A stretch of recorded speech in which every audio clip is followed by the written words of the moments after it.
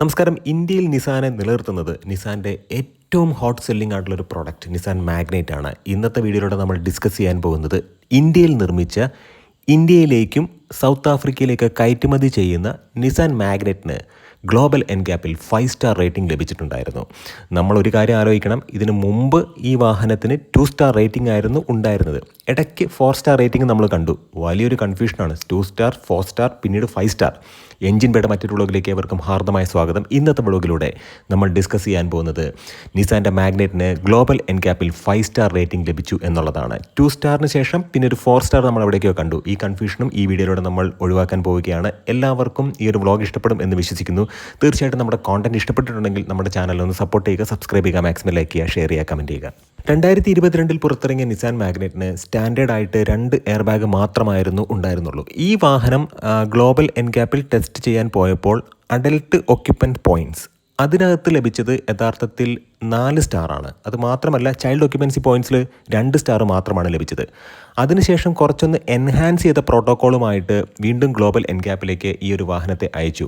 October 2024 വലിയൊരു അപ്ഡേഷനൊക്കെ വന്നിട്ടുണ്ടായിരുന്നു. അതിന് മുമ്പ് ഈ വാഹനത്തിന് ഇലക്ട്രോണിക് സ്റ്റെബിലിറ്റി കൺട്രോളോ ഐസോഫിക്സ് ചൈൽഡ് ആങ്കേഴ്സ് ഇങ്ങനെയുള്ള കാര്യങ്ങളൊന്നും ഉണ്ടായിരുന്നില്ല. അത് മാത്രമല്ല, പെഡസ്ട്രിയൻ പ്രൊട്ടക്ഷൻ നോംസ് ഒക്കെ അത് മീറ്റ് ചെയ്യാനായിട്ട് സ്ട്രഗിൾ ചെയ്തു എന്നുള്ളതാണ്. അപ്പോൾ അപ്ഡേറ്റ് ചെയ്ത ഗ്ലോബൽ എൻഗ്യാപ്പ് പ്രോട്ടോക്കോൾ അനുസരിച്ചിട്ട് ഈ വാഹനത്തെ വീണ്ടും ടെസ്റ്റ് ചെയ്തപ്പോൾ ഈ വാഹനത്തിന് ലഭിച്ചത് 2 സ്റ്റാർ ആയിരുന്നു. അഡൽട്ട് ഒക്യുപ്പൻസ് പോയിന്റിൽ 2 സ്റ്റാർ മാത്രമാണ് ലഭിച്ചത്. അതായത് 4 സ്റ്റാറിൽ നിന്നും ഈ ഒരു വാഹനത്തെ യഥാർത്ഥത്തിൽ ഡീഗ്രേഡ് ചെയ്യപ്പെട്ടു എന്നുള്ളതാണ് സേഫ്റ്റിയുടെ ആസ്പെക്റ്റിൽ. 2022 4 സ്റ്റാറുമായിട്ട് തിളങ്ങി നിന്ന ഈ ഒരു വാഹനം 2024 വന്നപ്പോഴത്തേക്കും അത് വീണ്ടും 2 സ്റ്റാർ ആയിട്ട് ഡീഗ്രേഡ് ചെയ്യപ്പെട്ടു. ഈ കാര്യം യഥാർത്ഥത്തിൽ സംഭവിച്ചത് ഗ്ലോബൽ എൻഗ്യാപ്പിലെ കുറച്ച് എക്സ്ട്രാ ആയിട്ടുള്ള കുറച്ച് ടെസ്റ്റുകളും കൂടെ ആഡ് ചെയ്തു. അതിനകത്ത് ഏറ്റവും പ്രധാനമായിട്ടുണ്ടായത് സൈഡ് പോൾ ഇമ്പാക്റ്റ് ഒക്കെയാണ്.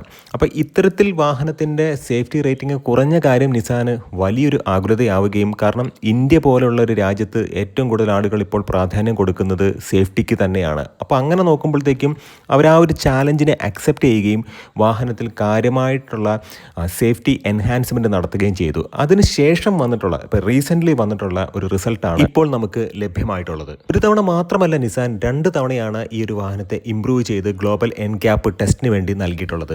ആദ്യത്തെ തവണ ഈ ഒരു വാഹനത്തിന് യഥാർത്ഥത്തിൽ അഡൽട്ട് ഒക്യുപ്പൻസ് പോയിൻറ്റ്സിൽ 4 സ്റ്റാർ ലഭിച്ചു എന്നുള്ളതാണ്. അതായത് 34ൽ 26.51 പോയിൻറ്റ്സ് ആണ് ലഭിച്ചിട്ടുള്ളത്. ഏറ്റവും പ്രധാനമായിട്ടും കാണേണ്ടത് 49 പോയിൻറ്റിൽ ചൈൽഡ് ഒക്യുപ്പൻസിൽ 36 പോയിൻറ്റ് ലഭിച്ചു എന്നുള്ളതാണ്. അപ്പം ചൈൽഡ് ഒക്യുപ്പൻസ് അല്ലെങ്കിൽ ചൈൽഡ് സേഫ്റ്റിയിലും 4 പോയിൻറ്റ്സ് അല്ലെങ്കിൽ 4 പോയിൻറ്റ്സ് എന്നല്ല 4 സ്റ്റാർ ലഭിച്ചു. അത് മാത്രമല്ല, അഡൽട്ട് ഒക്യുപ്പൻസ് അതിനകത്തും 4 സ്റ്റാർ ലഭിച്ചു എന്നുള്ളതാണ്. നിസാൻ അവിടെ കൊണ്ട് നിർത്തിയില്ല, ഈ ഒരു വാഹനത്തെ വീണ്ടും അപ്ഗ്രേഡ് ചെയ്തു. ഓൾറെഡി അപ്ഗ്രേഡ് ചെയ്തതെന്ന് പറഞ്ഞാൽ 6 എയർ ബാഗ് സ്റ്റാൻഡേർഡ് ആക്കി, ഇലക്ട്രോണിക് സ്റ്റെബിലിറ്റി കൺട്രോൾ ആഡ് ചെയ്തു. അത് മാത്രമല്ല, പെഡസ്ട്രിയൻ പ്രൊട്ടക്ഷൻ നോംസ് ഒക്കെ ഇംപ്രൂവ് ചെയ്തു എന്നുള്ളതാണ്. അതിനുശേഷം വീണ്ടും ഈ ഒരു വാഹനത്തെ അതിൻ്റെ സേഫ്റ്റി സൈഡ് ഇംപ്രൂവ് ചെയ്തിട്ട് രണ്ടാമത് ഗ്ലോബൽ എൻഗ്യാപ്പിലേക്ക് ടെസ്റ്റിങ്ങിന് അയച്ചു എന്നുള്ളത്. രണ്ടാമത്തെ സേഫ്റ്റി അപ്ഗ്രേഡിൽ ഏറ്റവും പ്രധാനമായിട്ട് 3 പോയിൻറ്റ് സീറ്റ് ബെൽറ്റ് വന്നിട്ടുണ്ടായിരുന്നു. 6 എയർ ബാഗ് ഓൾറെഡി സ്റ്റാൻഡേർഡ് ആയിട്ടുണ്ടായിരുന്നു. പെഡസ്ട്രിയൻ നോംസ് എൻഹാൻസ് ചെയ്തു. ഇംപ്രൂവ്മെൻറ്റ് എന്ന് പറയുന്നത് പ്രധാനമായിട്ടും റീസ്ട്രെയിൻ സിസ്റ്റത്തിൽ കാര്യമായിട്ട് വന്നിട്ടുണ്ട് എന്നുള്ളത് എടുത്തു പറയേണ്ട ഒരു കാര്യമാണ്. ഇത്തരത്തിലൊരു ടെസ്റ്റിങ്ങിന് ശേഷം ഈ ഒരു വാഹനത്തിന് ലഭിച്ചത് അഡൽട്ട് ഒക്യുപ്പൻറ്റ് പ്രൊട്ടക്ഷന് 5 സ്റ്റാറും ചൈൽഡ് സേഫ്റ്റിയിൽ 3 സ്റ്റാറുമാണ് ലഭിച്ചത്. കൃത്യമായിട്ട് നോക്കുകയാണെന്നുണ്ടെങ്കിൽ 34ൽ 32.31 അഡൽട്ട് പ്രൊട്ടക്ഷൻ ലഭിച്ചത്.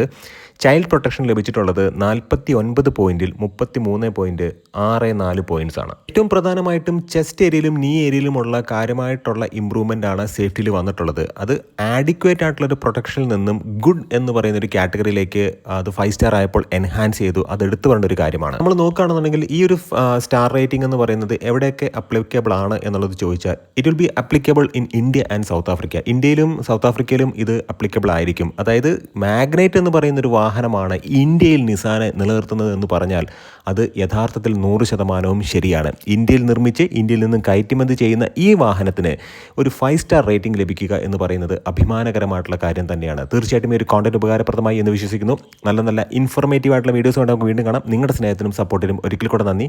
നമസ്കാരം.